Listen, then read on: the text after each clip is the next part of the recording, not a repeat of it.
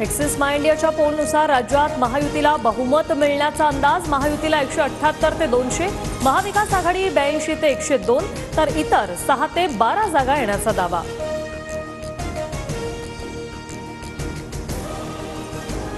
निकालानंतरचे 48 तास महायुती मविया दोन्हींसाठी आव्हानाचे। बहुमत किंवा बहुमताजवळ आकडे असणाऱ्यांना फक्त 48 तास मुदत असणार। सत्तेच्या चाव्या इतरांकडे गेल्यास हॉटेल पॉलिटिक्सची शक्यता।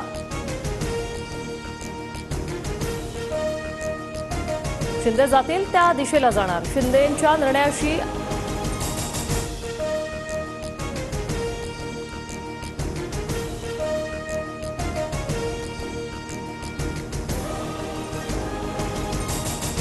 शिंदे जातील त्या दिशेला जाणार। शिंदेंच्या निर्णयाशी आम्ही बांधील। शिंदे मुख्यमंत्री पदासाठी पवारांसोबत गेले तर काय कराल, या प्रश्नावर शिरसाटांचं मोठं विधान।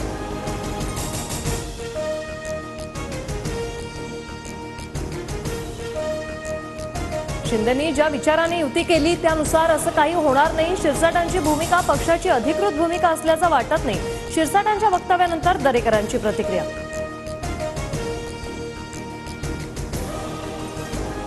मुंबईत महाविकास आघाडीच्या नेत्यांची खलबत। ग्रँड हयातमधील बैठक संपल्यानंतर मविया नेते मातोश्रीवर दाखल। राऊत, जयंत पाटील, थोरात, सतेज पाटील उद्धव ठाकरेंच्या भेटीला। पुण्यात निकालाआधीच अजित पवारांच्या मुख्यमंत्री पदाचे बॅनर। विकासाचा वादा अजितदादा असं म्हणत समर्थकांकडून बॅनरबाजी।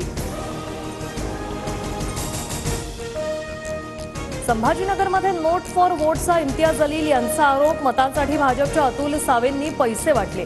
पत्रकार परिषदेत व्हिडिओ दाखवत जलील यांचा दावा। सोलापुरात काँग्रेसने ठाकरे गटाऐवजी अपक्ष उमेदवाराला पाठिंबा दिल्याचा आरोप करत ठाकरे गट आक्रमक। प्रणिती शिंदेंची गाडी फोडण्याचा शरद कोळींचा इशारा। दोन्ही पक्षांचं एकमेकांविरोधात आंदोलन।